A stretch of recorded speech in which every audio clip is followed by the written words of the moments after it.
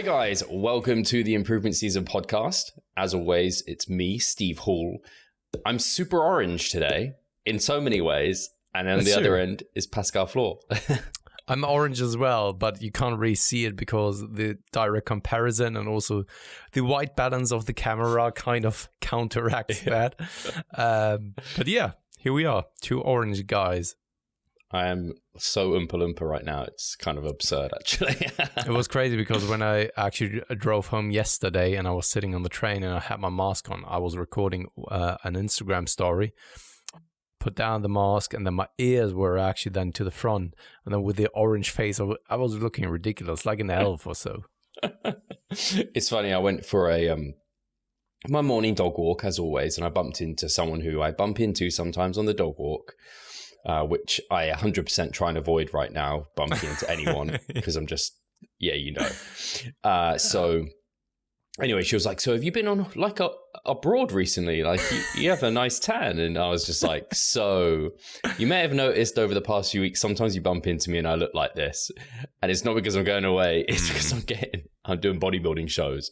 And I just saw this look of on her face, kind of like, I think she was just like trying to understand, why would you be doing a bodybuilding show?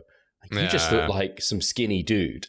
Because I think she probably has like Arnold Schwarzenegger in her mind. So I was kind of like... I was even talking with someone about it at the show at the WNBF as well.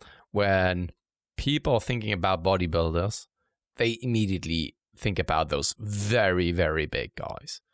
And when then they see you and you say you're a natural bodybuilder, they always have like a disappointed face or facial expression, and you're just like, thanks for not saying anything, but you're saying everything.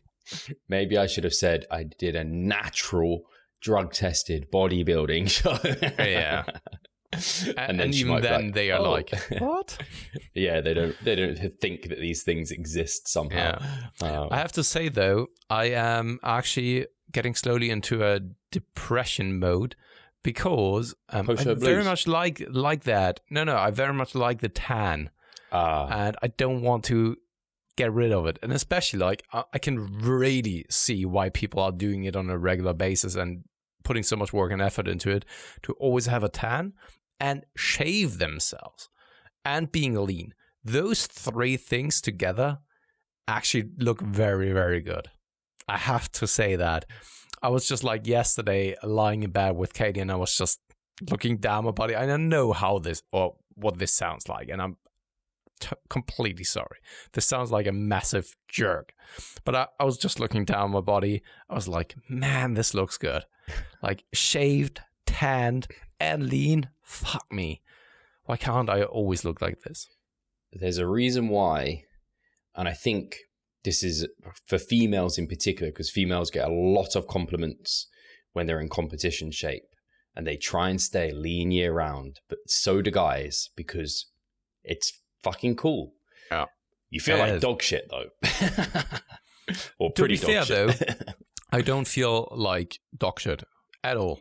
Honestly, it could be that I'm still a little bit euphoric because I've experienced so much gratitude and so much happiness after this weekend. It's weird. This is something that I haven't felt in a very long time, that this causes me to feel a little bit of a high and kind of maybe a new normal.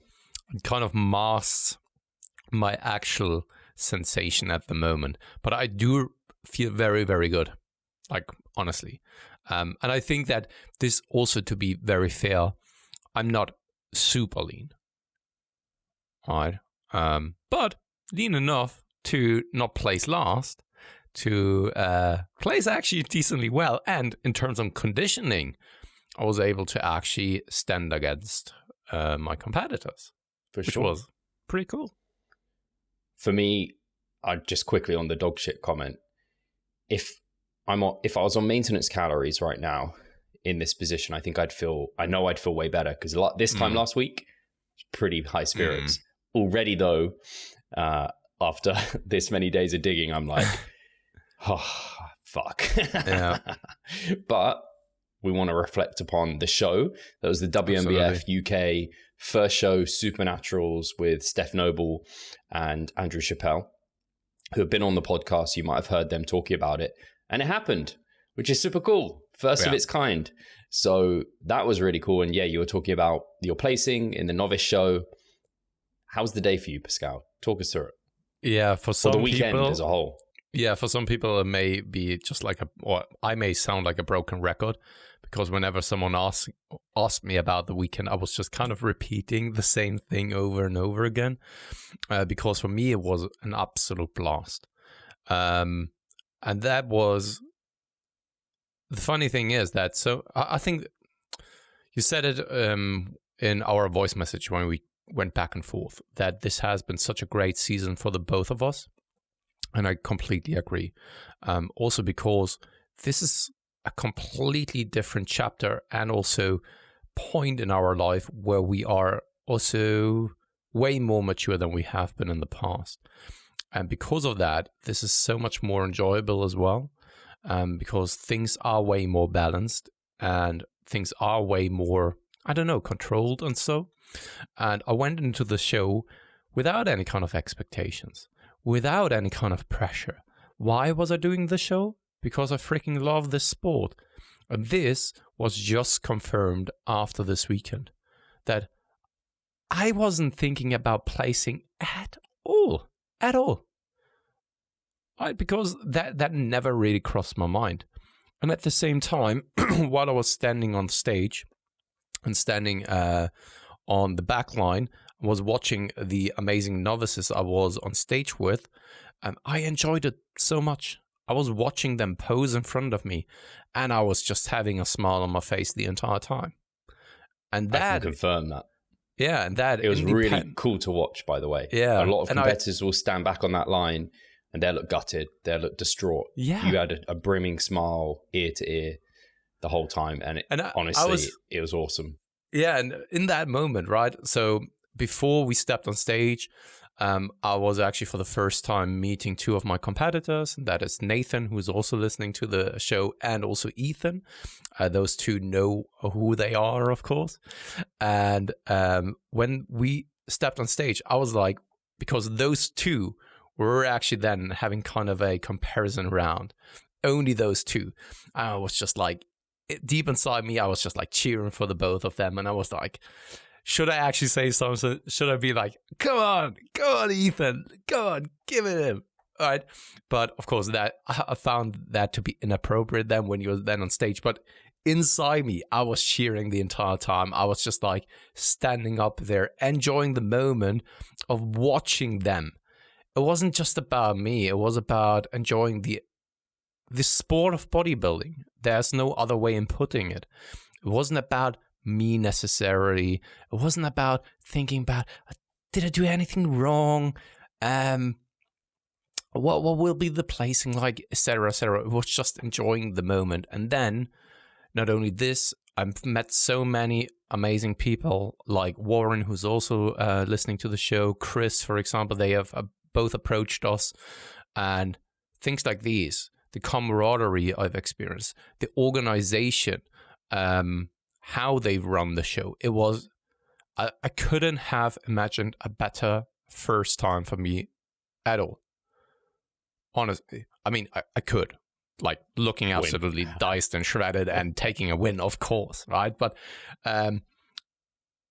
from a more in a more realistic sense, I couldn't have imagined a better outcome, because that has given me everything I was hoping for and even much, much more.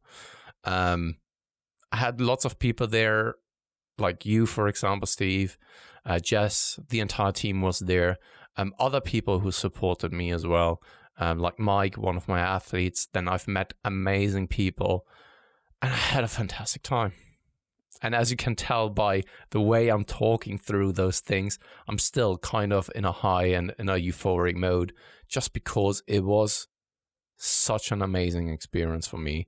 And I said it even to other people who then sent me a message over on Instagram.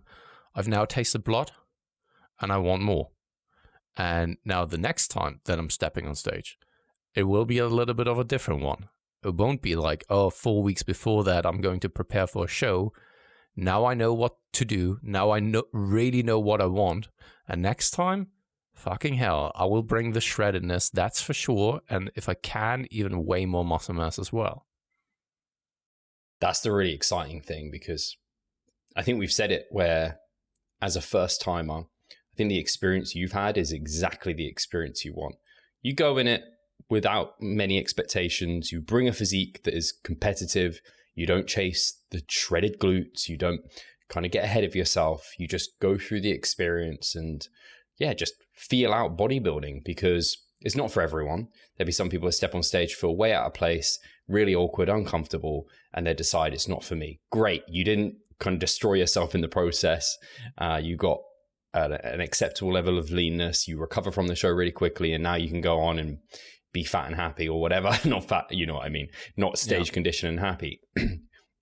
Whereas for you, and for you hope, like, you can get down there again in one piece and like have a really good process, get a good understanding of things, get your bearings, and then enjoy it for what it is. I think you probably had the absolute ideal, not the ideal lead in though, because you had to really push. Yeah. Certainly that wasn't ideal. You probably would have wished you didn't have to do that.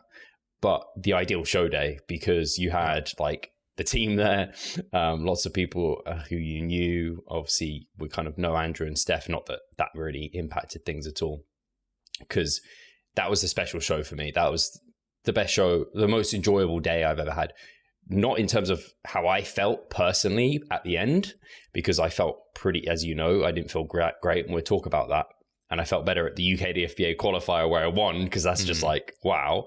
But that's the outcome. The actual day in itself and the weekend for itself, super enjoyable, like, to have everyone there. And it just makes me really enjoy and want to be part of the community in bodybuilding and be supportive of one another, and like backstage be talking, not like with the hood up and not talking to anyone, being like, there's a time and place for being super serious. I get it. And when you're about to go on stage, like, keep yourself to yourself and kind of stay dialed in, but it's a long day.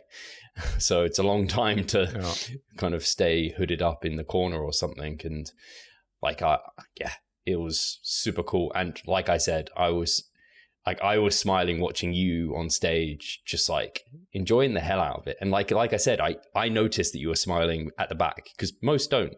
And like, I was worried when you got sent to the back, you were going to be possibly disheartened or what have you, because a lot of people, most people are, me included. But to see you just like super happy the whole time and had a blast, and I was being with you and by your side for this amount of time, having seen you try and get to stage and things not fall in your favor, and effectively people doubt you.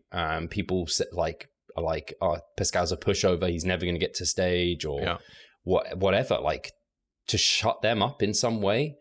Fuck me. Like, not that you're doing it for that reason, but I'm so proud of you for that. And it makes me kind of a little bit like, if I really wanted to, I could probably tear up right now, because me too. I know how much it just meant. And like you said, the thing you were worried about, and you may not have voiced it too much on air, but I think now is probably fine for us to, you're worried about being like embarrassing yourself, embarrassing Revive Stronger. And I was like, no fucking, like, I don't, like, you won't. And you didn't at all. And actually, reflecting on your placing, you came 5th out of 7. Was it that the right placing? Yeah. Which is absolutely solid.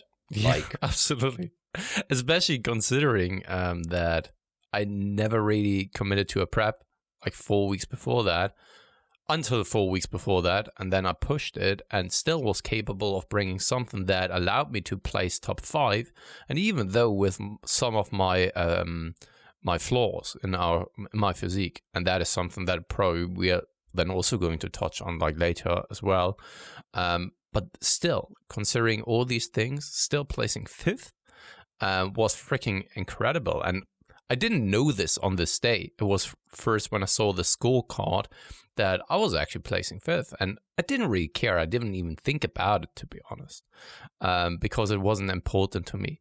And one thing that so there's so many emotions going through me, not in the sense of like, oh yeah, now I'm finally a bodybuilder. So At the same time, though, I have to say that I have never felt as much as a bodybuilder as I did after the weekend, and still now do.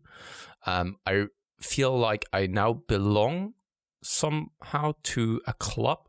I know this sounds wrong. You're now a competitive bodybuilder. Yeah, exactly. Yeah, exactly. And this is always what I wanted, and now I'm finally there. And it wasn't just like I'm stepping on stage with a physique that has nothing to do or that doesn't really belong on stage. I still provided something that belongs there. And now, once again, I taste the blood and I know what to do. I know what I want. And Bert Nunez reached out to me as well, saying like, yeah, congrats, did a fantastic job, yada, yada, yada. And I told him then about my feelings at the moment, that it was freaking amazing. I had such a blast. And he said like, okay, this is your confirmation that you really love that sport. Because if you don't, if you are grumpy afterwards, if you hated the entire process, then you probably don't really love the sport. You may look for other reasons as to why you're doing it, but it's not because you love the sport. And you just got the confirmation. Perfect. And that's, in so many ways, I really do hope that people are looking at where I'm at right now, especially the ones who have been following us for such a long time and know what a roller coaster ride it has been for me and what a journey it has been for me. With even Connor said it, reaching out to me saying like, man, half a year ago, you had a sepsis and now you stepped on stage. And this is something that I completely forgotten about once again. And I was massively, severely sick, and just like back in May, and still made it to stage. And then 2-3 years ago, what was it? No, in 2017-18, massive binges. I gained so much weight. I felt so bad, also mentally speaking. And now here we are. I stepped on stage. And I really do hope that I can act like an inspiration and a role model for so many people who are struggling with certain things, maybe body dysmorphia, maybe nutrition, maybe mental issues as well. And I really do hope that for those people, I can be an inspiration, because I'm not that perfect influencer out there who shows them like, I have it all figured out, I'm successful, I have like here, yada, yada, yada. But I have all those flaws. I have gone through so many things, and yet I've come out of it so much stronger, and I'm moving forward. And I haven't any kind of magic pill or so. It's just about kind of resilience and patience, putting in the work and effort and trying deliberately to better myself. And I really want this, like after this weekend, this should have been the kind of the symbol for everyone watching who's struggling, who's doubting themselves, like, shit, Pascal made it. If he can, I can as well. And I really do hope that this is something that people take away from this. I couldn't have said it better myself. That's exactly what I hope people take from it. If people, like you said, like if people are doubting themselves, if they're having struggles, like you are an example of someone that has been through the worst of it, who has had very unfavorable kind of comments to say about their own physique and everything, and been very unsure about stepping on stage. And it's not that we can guarantee it's going to be this way for everyone, but it's been exactly what we wanted to, and almost like a kind of, it resolved a lot of those for you, which was incredibly great for me to see. And I'm so glad that you can be a bit more proud of your physique and where you've brought it and where you're going to go with it as well, because you have some standout like glute detail and like your legs, particularly like the hamstring detail, legs and glutes, man. And there's more to give as well, which and that's awesome. And like things like your front double bicep being like a solid shot for you. It's like, never had you known that if you hadn't kind of got to this point. So it's the ultimate like strip you back, shove you in front of everyone, and you think it could go either way, but it certainly went a very positive way for you. So yeah. it's just great. And I hope the listeners realize how much of a journey and how much of a big deal this really is, actually. Yeah, a couple of things on that one as well. I think that the physique that I brought was a good one for the first show, maybe of a season, for example, right? And then go from there, or for a first timer. And that is something that I think I've learned as well, not due to my prep necessarily, but due to having had so many first timers and also so many first timers not making it to stage. And I think that this may be a common thing. Maybe it's because the reason as to why is not strong enough. Maybe it is that they've never gone through a cutting phase, so the lack of experience.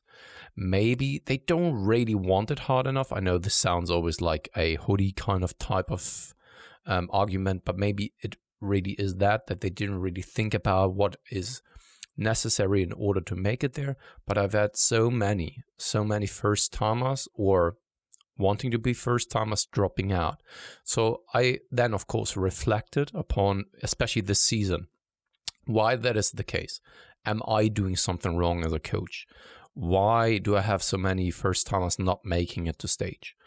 And I'm definitely changing something about the approach I'm taking now with first timers, so that I can at least guarantee or increase the likelihood that more first timers make it to stage. And one thing that I think is the culprit for it is that they are trying to push for a level of leanness that is way too hard on them for the first time ever getting to that level of leanness. It's kind of like if you've never been, I don't know, in cold water, right? Never been in cold water. You're not just jumping into a lake that is kind of frozen and has like, I don't know, minus 20 degrees or so it's outside. You're easing, because it's a shock for the body, right? And it can actually have quite detrimental outcomes for you. You're easing your way into that. Over time, you're actually pushing more and more and more so that it doesn't really come as a shock for the body. And I think that maybe this is where, not just maybe, but I think that this is how I'm going to approach it with more competitors, first-time competitors, that you don't have to be the most shredded person in the room there. It's absolutely all right to just like not place at all, right? And just enjoy the day. Focus on the things that give you joy and happiness, and not that make you feel miserable or more miserable afterwards, right? And that is something that really also here with my own prep now has taught me a lot. First and foremost, I said it already the last time, that I've learned so much on how hard I can push it, for how long I can push it, what I'm capable of, and what also to expect that other people can do as well if they are in the right spot mentally speaking. Because 13 to 1500 calories with around 20,000 steps is not easy, but I was even able to sustain that for like 4 weeks. And I think that I could have even sustained that for a little longer. And that are also lots of takeaways from me. And I think that this season, in general, this year, has taught me so much about myself as an athlete, but in particularly as a coach as well. Hi guys, Steve here. Just wanted to take a moment of your time to remind you of the Revive Stronger member site. Inside you'll find a thriving forum, a growing exercise library, presentations, research reviews, and courses.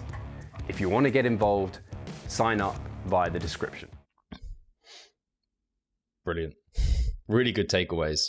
I find communication at that point to be super important, but also part of that is communicating to them that they don't need to have those really crazy expectations. Like, I need to look like Brian Whitaker for my first stage presence. I need like lines in my glutes. It's like, well, do you even have very good big glutes or whatever, you know? So I think what you said there, and meeting them where they're at, that's essentially what you have to do, and see if you can push them or pull back or what have you, and just tell them like for your first time, this is what we should expect from the season. Yeah. And I also think that many people have they may have never been to a bodybuilding show before, and they don't really know what kind of first timers actually look like, or what's acceptable and what's all right as a first timer, and that they only see like those, like your class, for example, the last show of the season, and think that this is the standard for the entire season for each and every single class.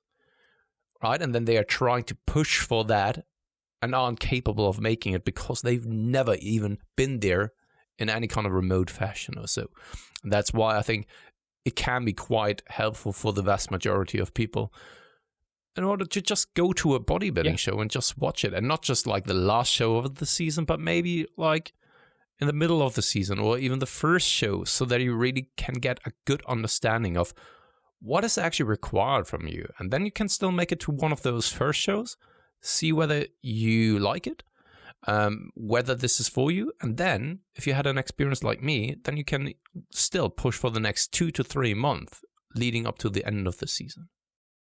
I'm trying to think of a good analogy. It's kind of like having, I know, this is a really shit analogy, but I quite like it. You know, you go on holiday and there's gelato and they're often like, do you want to try all these flavors? It's like, try before you buy. It's almost like that. Like they give you a cookies and cream, like, before buying a whole tub of cookies and cream. And it's kind of like that. Like you said, go visit a show, like a local show. Maybe go do a local show at some point. That's your kind of taster. Don't kind of beat yourself to shit. Don't invest too heavily. And then see how you like it. That's when you then invest. So for you, you love it. Now you know next time you look to compete, you can invest. You can not necessarily like not the all-in mentality, what have you, but you know that this is something you really do want to do. So you don't have that question at the back of your head, like you said, a lot of people question their why and isn't strong enough. But now you've tasted it. Now you kind of know, you're like, I can invest in that because that's something I want.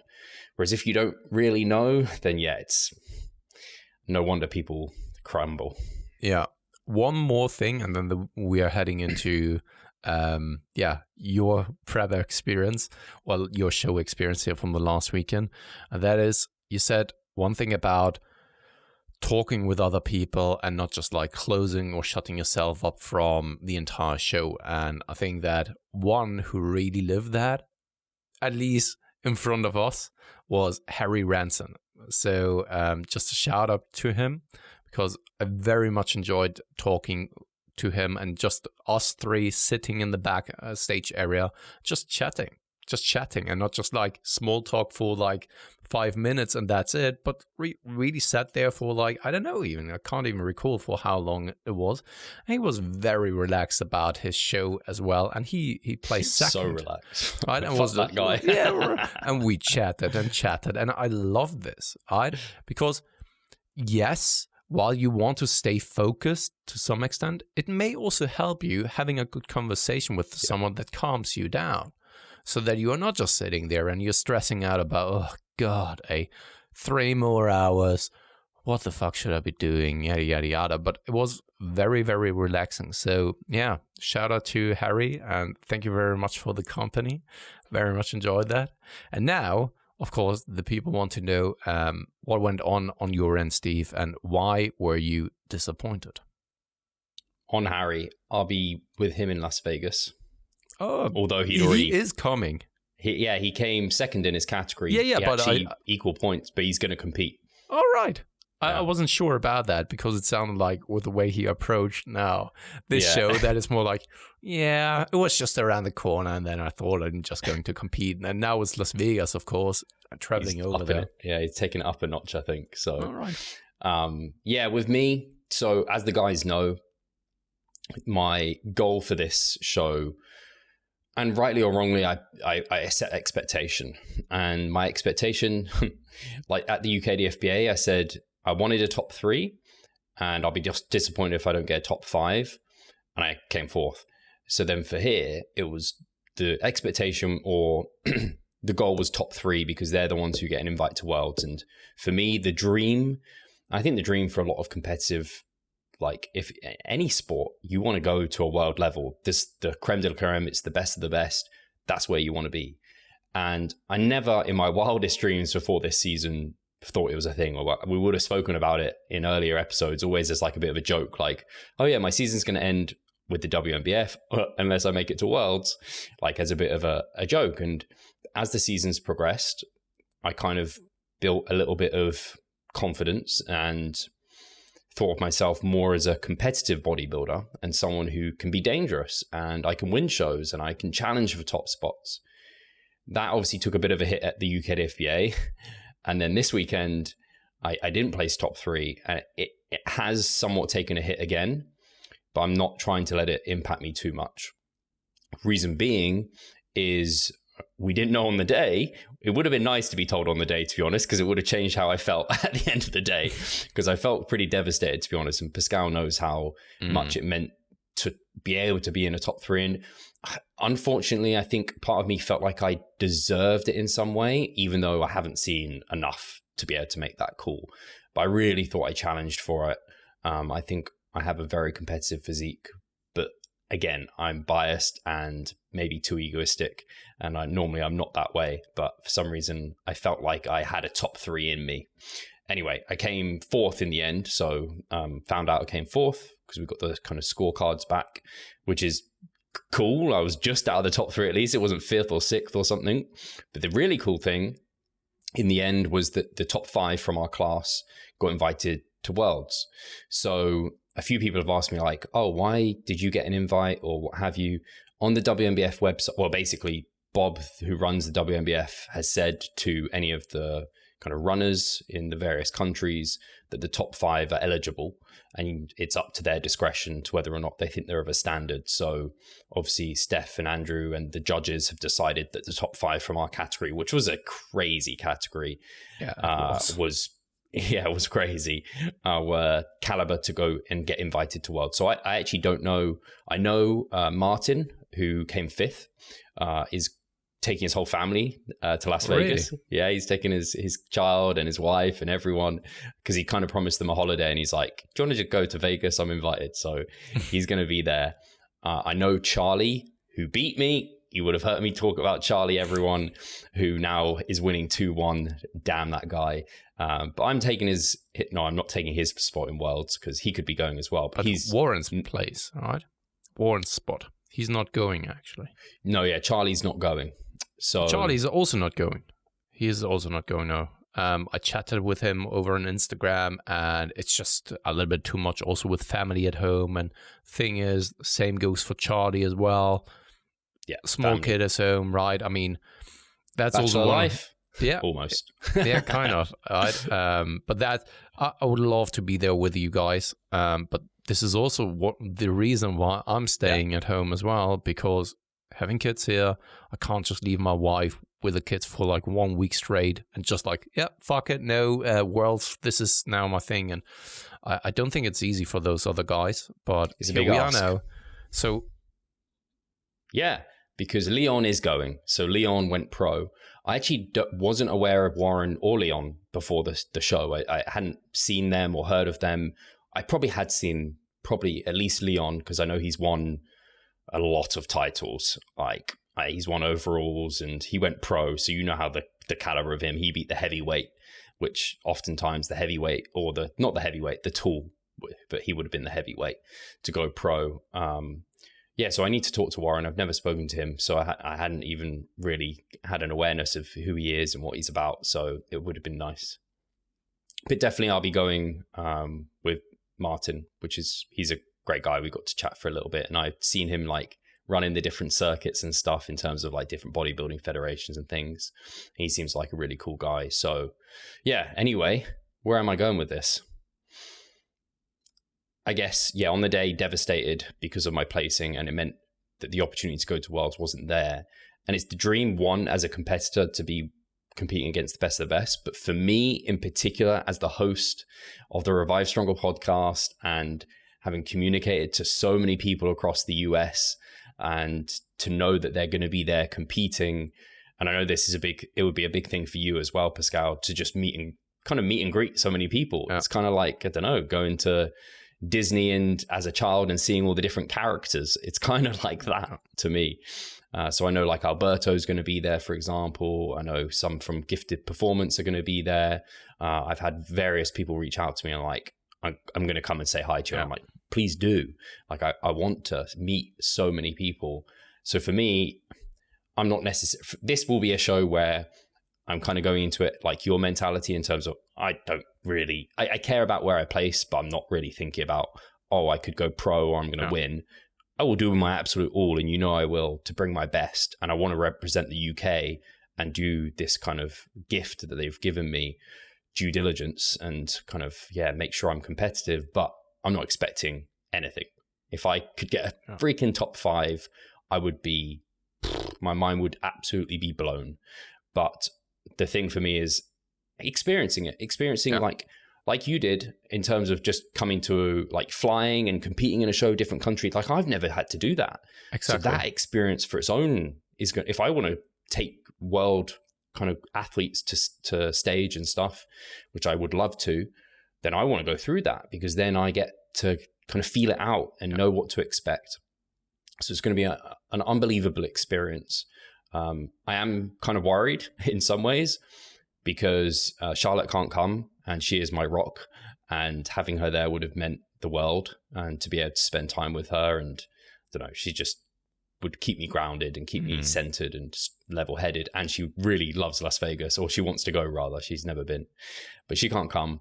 And I'm a bit kind of, again, worried because I don't like flying. I know it's 11-hour flight. So that is making me, I'm trying to not think about it too much.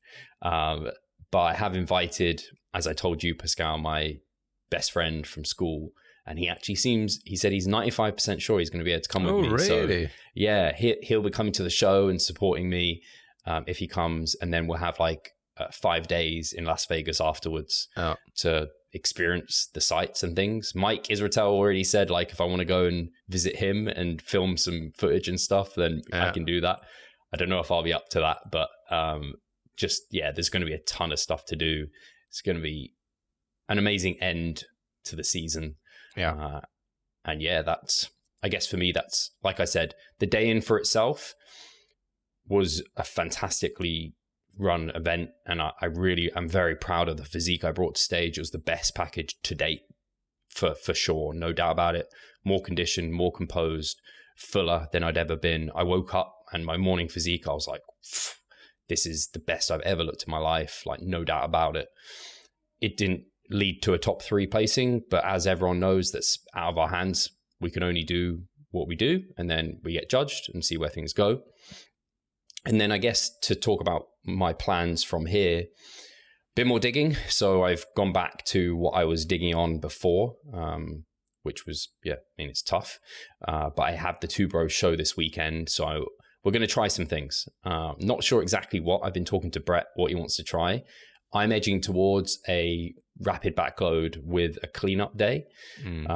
So maybe like 1,000 grams of carbs on like something that ridiculous, because rapid backloads are kind of ridiculous. Maybe 900 somewhere in around there, to try and spill me, because I don't think I've been spilled. So to purposely try and spill me and then have a cleanup day on the Saturday for the Sunday show. That's the one I'm leaning towards, just because I think it's extreme, and see if it pays off to go from like very low to suddenly very high, because the linear taper, of course, is much more safe and secure, and it's a slow gradual increase, so you kind of know what you're getting. So that excites me to try that. I'm also going to be manipulating my poses, and this is where I lost a lot of points. So for those who have commented and very nicely have said like they don't understand my placing, they thought I should place better in shows, I have been told my side and rear shots are very good. My muscularity and conditioning is very good.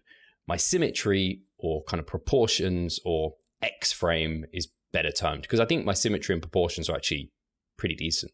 My X-frame is not. I have a wide waist. I don't have sweeping quads. I have high inserting lats. So on a front shot, and I don't have wide shoulders or big cap delts. So it's everything you don't want for front poses, basically. And I tried to manipulate my front pose to help with that, and it didn't work. So my front relax I'm talking about. So I have just today been practicing some posing. Actually, I'll send you a photo, Pascal, to see what you think. but I'm thinking the way to go is hit it more classically, to have slightly wider foot positioning because I have big adductors, so I can get away with that. Bend my knees slightly, force my hips back more than I normally do, but not too far, because if I put them too far, I don't know about you, Pascal, if you've tried this, I can't contract them if they go too far. No. And then really push my chest up and arch my lower back like a bikini girl, and flare the lats as best I can and really vacuum my stomach. Doing that gives me a bit of more of an illusion, as we know, bodybuilding smoke and mirrors, of an X-frame. I did something similar to that in 2017 with Jeff Alberts, actually. I hate having to do it, but if it means I will place higher because my front pose looks better, I will do it. Absolutely. And then I'll do something similar on my front lat spread, front double bicep. The twist of the hips worked beautifully. It looks great, actually. If I can emphasize that even more, I will, to make it look a bit more classic. And I think once I've done that, I've done everything I can, really, for this season. And it's just about getting bigger in my off season. Yeah. The good thing is that the judges' feedback has always been the same as our analysis also came to in terms of the conclusion.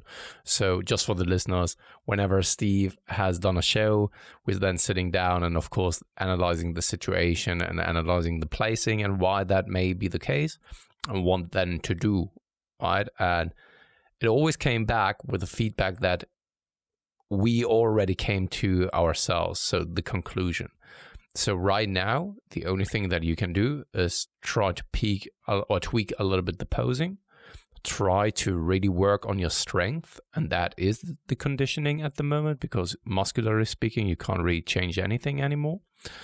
And that is something that you should be focusing on right now, and then everything else is left for the off season. And then I think it's just because you've come such a long way already in the last off season, made such tremendous progress, then it's just rinse and repeat and do the same thing once again. And of course, you're not starting from the same spot where you've left off in 2017, but now you're miles ahead and you can, of course, jump straight into it and having an even more productive off season, in my opinion. And that is something that I'm looking forward to, so that in the future, when you are actually then getting on stage, you're so big, muscularly speaking, and so conditioned that your frame doesn't even matter that much anymore. Yeah, that's it. Become undeniable through pure mass and condition. Pose as well as I can for my frame. And also, I have to reflect upon how much more of a bodybuilder I look like now with more muscle mass. And I think true. Yeah, absolutely. Just getting more muscle on my shoulders, on my quads, with my lats where I can from the front, it's gonna make me look more X-frame like. Yeah, it's just my bone structure is going to stay the same, but if I pad it out in all those areas, it's got to look slightly more X-frame. Definitely improved upon, like if I look at 2014, and yeah, just I can see why. And I just distinctly remember my mum being like, "You just don't look like the other guys. Like, you sure you want to do bodybuilding? You just don't have that shape." Thanks, Mom. Sorry, Mum. Thanks for the support. Yeah, I know. But she was very proud. She's like super proud because she knows how long I've been doing this and how long I've been trying for it. So yeah, like you said, that's it. And like you said, actually, I didn't reflect on that. Andrew said my condition was like, if there's something to make you stand apart from others, it'll be condition. So that's why we're digging still. And I had my first weigh-in in the 160s was on Monday. Right. Yeah. But that was after Sunday, which, you know, was a weird, because it's competing and you're not eating much food. Oh, man. And the Sunday commute back home was dear. horrendous. We haven't spoken about that. No, we haven't. Should we let them know what that was like? Go ahead and give the listeners a little bit of an update of what has happened after the show. Oh. It was awful. So Charlotte never made it, first of all, to the show. Because she got 20 minutes out of London and the train then stopped for 2 hours. And so we decided it's better for her just to come back home. That's because there was major issues at Euston, which I think was weather related or something along those lines. And basically we couldn't get a train back. So the show, we'd finished at like 7. And then it was like, holy shit, what do we do? we actually can't get back to London, and we needed to. So thankfully, Harry, thank you so much for being there. And actually, we need to like compensate him somehow, do something for him, because he drove us all the way to Epping so we could get the end of the Circle Line all the way into central London. And then, yeah, eventually, basically a journey that was meant to take like an hour and a half at most took what, like 3-4 hours? Yeah, 2.5 to 3 hours, something like that, because we also then actually were stuck in traffic just for a short time though, but it doesn't really sound that bad. Thing is though, that for example, I got up at 4 a.m. in the morning, and after an entire show day where you're just like massively exhausted as well, all the impressions and all that kind of stuff, you're calming down, and then you're squeezed like 3 prep people. Steve left to me, I'm in the middle, and Jess right to me, squeezed on the back of the car, and just like they're hungry, super tired, needing to sit there for like 2 hours in that car, and then with the prospect of like driving another hour on the train into London. It was very, very, very, very exhausting. Just the thought alone that it will now take that long as well. And that after a day like this, and then I went to bed at around 12. Same. From 4 to 12. So super long and exhaustive day. And that is something that could be felt the next day. That's for sure. Hey, Pascal here. I just quickly wanted to remind you of our online coaching service. At Revive Stronger, we put a huge emphasis on the personal aspect of our coaching. And if you want to take your physique and knowledge to the next level, hit the link in the description below. Yeah, I'm definitely still not recovered from it. No, damn right. I've gone obviously straight back into digging and training hard, and I'm just like, my body is screaming to like have a bit of a pullback. So in some ways, the show that I have this Sunday, I'm not losing ground doing it. That was key to me because I need to have some refeeds. Rapid backload might be a bit more than just a refeed, but with the cleanup day, it'll average out, not too bad. So yeah, I mean, man, it was because we slept badly as well. You have to bear in mind we had our tan on, and so we had to sleep in different beds, in different bed sheets, and it was noisy outside. I can't remember how many hours my Fitbit said I slept. And it was Halloween night. Yeah, it wasn't a great night leading into the show, and it wasn't a great night after the show either. So yeah, very, very, very exhaustive weekend. But at the same time, we talked about it on the loo, that something like this we will remember for the rest of our lives. Probably especially because it was also then so shitty when it comes to the commuting side of things. But overall, I really do believe, and Jess has said it as well, and you have voiced it as well, and I wholeheartedly concur that this brought us all closer together as a team. I really feel not only more connected to the sport, but also to you guys. And it's so fantastic to see then that a sport can connect people in that way. And Gordon was there with us. Yeah. So he got to experience that. And so we do have show day footage coming for you. The WNBF were kind enough to allow us to film behind the scenes and everything. So I'm very excited for what he's going to do, because we haven't released a professional Gordon stamped vlog for a while. So there's a few on the way. We've got actually 3 recorded. No, 4. We've got 4 in the pipeline. We have the UK DFBA show, because we've now got their footage for that one. We've got the DEXA scan, so you can look forward to that one. We've got our training session that we did on Monday with Jess, and then we also have the show day just gone by. So you have 4 vlogs in the pipeline. Yeah, very cool. And I find it so crazy to think that other people have then the mental energy and also like physical energy of vlogging their entire journey, because man, you're just so kind of focused on yourself and into your routine, and if you then always have to make room for other concepts and I don't know, worrying about like setting up the camera here and all that kind of stuff, man, shit gets tiresome. That's why having like a videographer by your side is definitely helpful. Yeah, so I've tried. There are the members of the member site know there's some that I have done, but they're not as great as they normally would be, which I apologize for, and not quite as frequent as they normally would be because it is tough. And I think at least now with Instagram, there's stories. So for me, I was like, this is easy to share on Instagram. So that's kind of my vlogs in a way for people. But yeah, I'm so glad to have someone, especially on like a show day.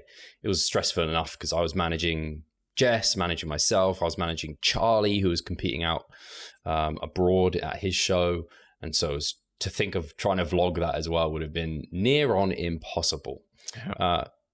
I think what might be good to talk about here is because people know what I'm doing. What's Pascal doing now? So, because I'm feeling very, very good, I will definitely continue to be cutting. I'm not kidding. That cut will, though, be way less aggressive overall. This has one particular reason. I have shared this already kind of over on Instagram, and this is also something that I think I've talked about like once or twice on the podcast already, especially like... I tried to remember when the last time was that I really talked about it, but maybe like two years ago. Don't quote me on that though, but at some point I've talked about it, right? What really became apparent this weekend and also the weeks leading into that is just that the loose skin plus my pubertal gyno is really bothering me. And the leaner you're getting, the more apparent it becomes because that is just tissue there. The skin doesn't really tighten up unless it's cold. That's why sometimes, especially when posting things over on Instagram, because this has been something that has been with me ever since the age of 16, basically. That's at least how long I can remember it for. So it has been with... I can't recall a time where it hasn't been with me. But it was always something that you can hide to some extent. Especially when your body fat is a little bit higher. It kind of fills out the chest. And fills out then the skin, and then it isn't really as visible. And also when it's cold outside, due to the skin then tightening up, it isn't as visible as well. But now, especially on show day, what it is that you are doing is you try to stay warm. And you try to actually get a lot of carbohydrates in, which then heat you up as well. And you are your very leanest. And that combination then caused, of course, to reveal that to an extent that I'm really not comfortable with or never have been. That's also one of the reasons why in the past, not just like ever since training, but ever since my adolescence years, I was never comfortable in taking off my shirt because it's just something that is bothering me. Maybe it's more something that I perceive rather than others.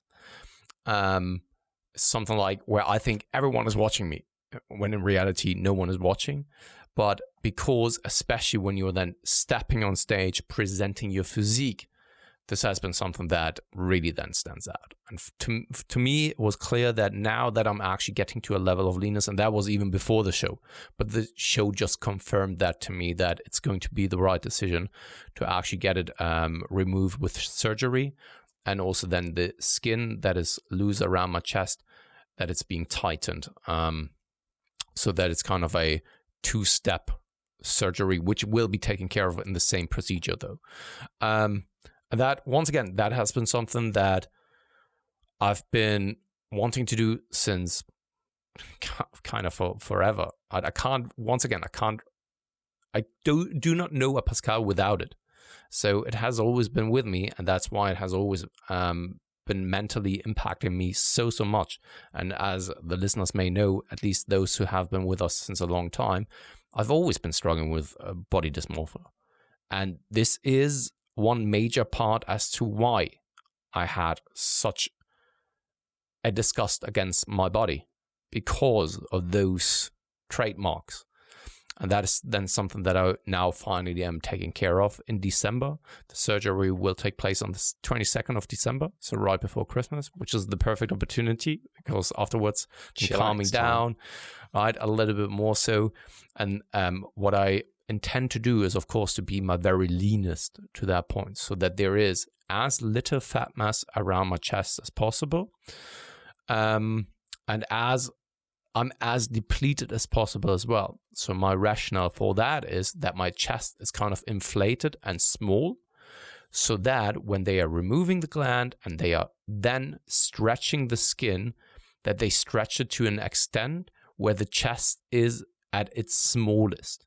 So that once I'm gaining again, it's actually then being the pec musculature and all is being stretched against the skin, and hence reveals more details. All right, and that's why for me this hasn't been the end of the journey in regards to the cutting phase. I'm going to strip down a little bit more. There isn't much though, because when the doctor actually he of course kind of analyzed my chest and was touching around and said like, there's no fat left, there's nothing, it's only skin and gland.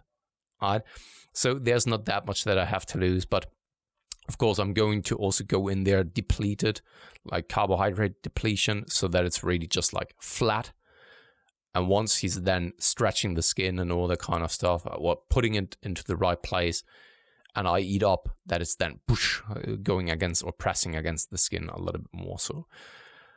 And I can't even put it into words how much I'm looking forward to that. And when it was kind of official to me that I'm going through it and the appointment was set, I nearly teared up, and the process isn't even done, or it isn't even over, or hasn't even begun. And I nearly cried up because it has been with me since more than half of my life. And that has always been something that has been bothering me so incredibly much. And there was nothing that I can do about it. Nothing. Sometimes I was hoping that a diet may help, up until the point where I realized this won't go away. I'm super pleased for you. I can relate a little bit, only because I have had gyno as well, and I just know how uncomfortable it is. But I can't imagine having it for the time that you've had it and have something like that there for so long. And I'm sure the listeners, we've all got something, but sometimes it's more, and sometimes more than others. And like you said, the only way to get rid of it is through this surgery, and now you can, and I'm super happy for you, and I'm super excited for your physique and your mentality going into next year, because I think you'll just be in such a positive place. Yeah, I think when this is done, I honestly believe that I will start to love my body. And while I'm saying that, I'm getting goosebumps and kind of feel the tears in my eyes already, because it means so much to me. Because this is one of those things that has kept me from really loving my body. And I know that this may sound really odd to a lot of people who can't really relate to that. But if you've grown up like this, in the adolescence years, where also then the confidence in your body is actually being developed, and you see friends around you with kind of more kind of male patterns standing out. So just on a side note, why that is actually then taking place, or why it took place in the first place, is I was massively overweight as a kid. I got into puberty like later, right? I was first having like true puberty at the age of 15, 16. This is where it just started then. Whereas then I had already friends. I know this is very intimate, right? But this is the Improvement Season podcast. But I do remember at sports class at the age of 12 and 13, when I had friends who already had like the penises were developing, like bigger testicles and all that kind of stuff. And I was standing there as a fat kid.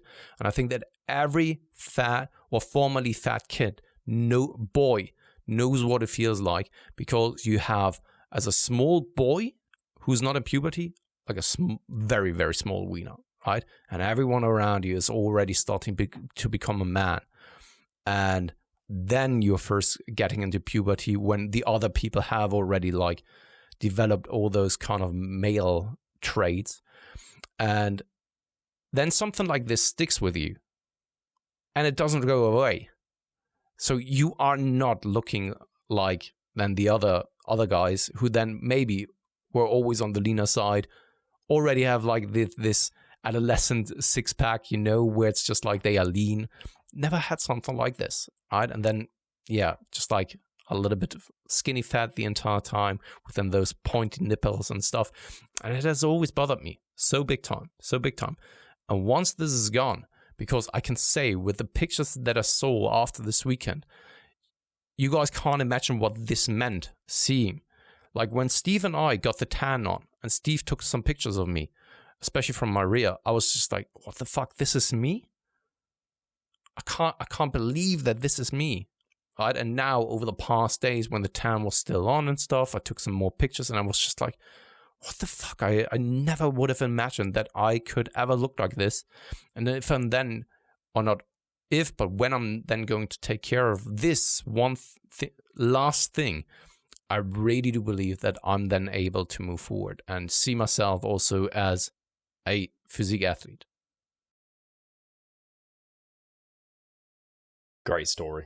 And I think there's going to be so many people that can just relate to that on so many levels, even if it's not quite to that extreme. But just, I think a lot of us get into bodybuilding slightly from an insecurity, and it kind of gives us a bit of confidence. And so I can really relate to a lot of things you were saying. So I think, my hat off to you for sharing. And as always, I'm very excited for the physique of 2022 Pascal and what that's going to bring. And I mean, people see people sharing their physique as potentially narcissistic at times. I think it can be, but in many ways for a lot of us, it's like, because we're really proud of what we have there. And to see you sharing your physique more makes me, but like, a big smile is on my face every time. Yeah. And I'm like, this is awesome, because I know what it means when you're doing that for you as an individual. So awesome stuff, man. Yeah. On the last note, before we're ending the show, it's crazy because often a prep leads to body dysmorphia for the vast majority of people.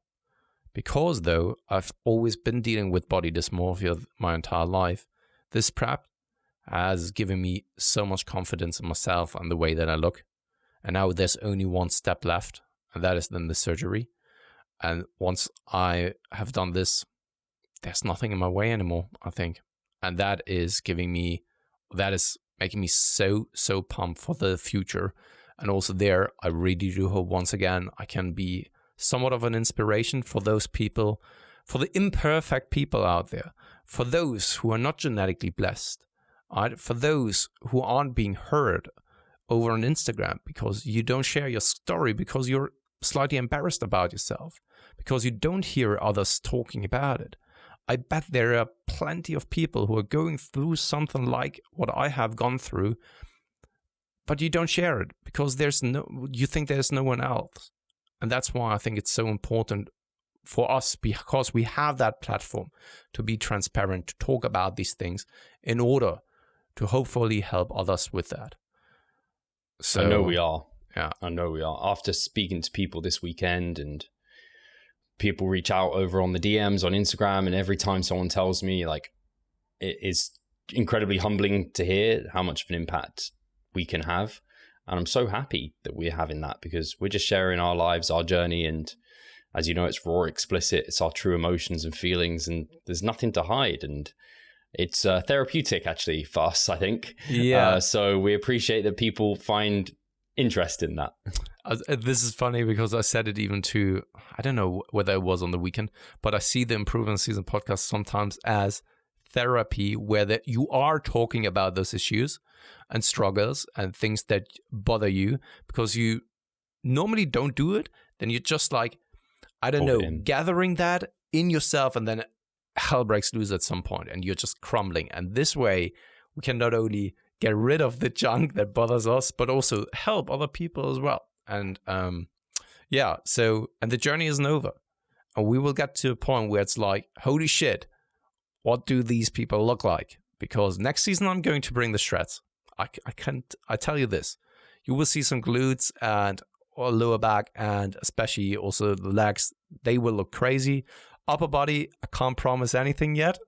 And Steve will just become a mass monster and a conditioned monster.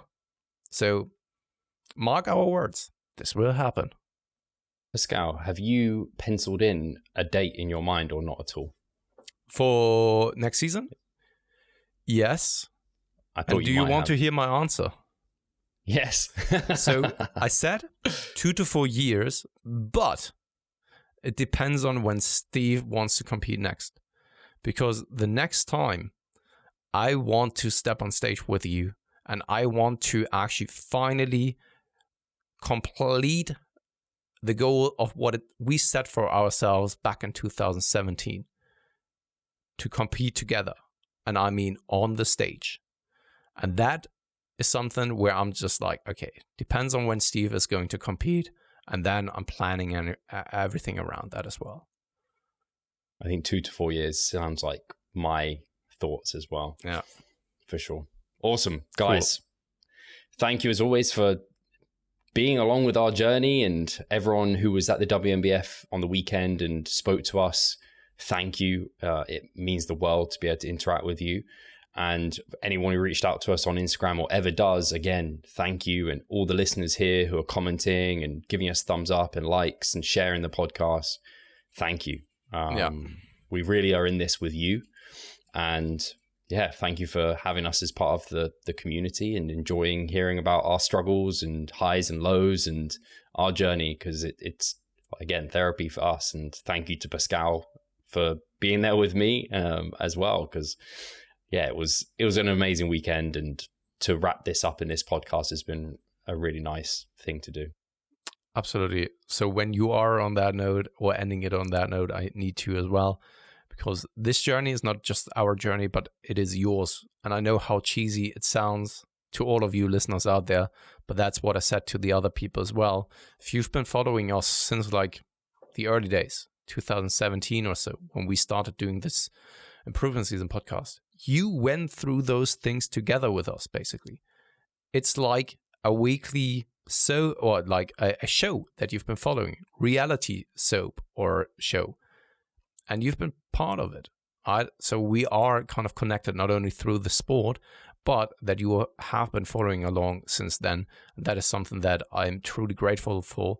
And also the reason why I feel so much gratitude after this weekend of meeting people who have been on that journey together with us. And especially also biggest thanks goes out to Steve.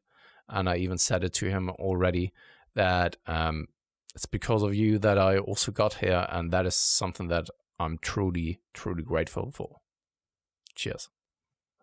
And on that note, guys, we'll catch you next week. Cheers. Like, subscribe, comment. Help the algorithm, share the podcast, and we'll talk to you soon. Peace out.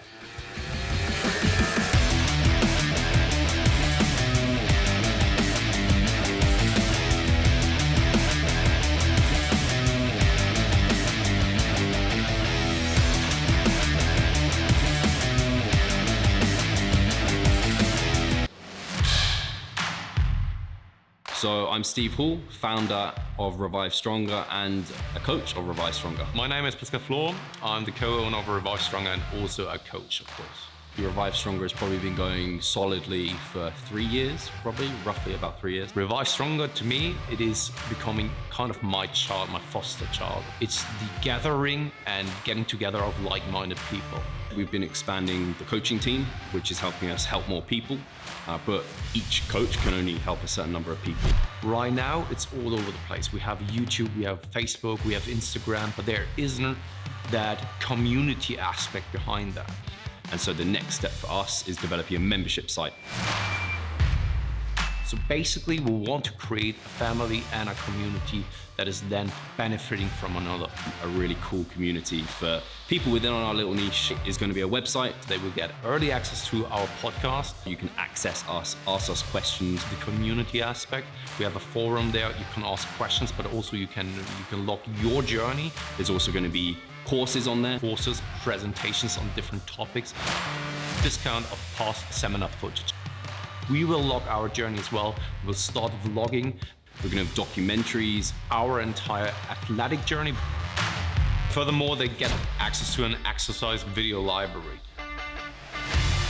the exercises that we love for hypertrophy and maximizing hypertrophy. We're going to go through those in depth, telling you how to execute them. We kept them concise and also mobile friendly so that you can watch them in between your sets. I'm super excited to grow this community. The amount of value that we're going to be delivering is huge, and I'd love you to be part of it. You will get so much out of that. I'll see you inside.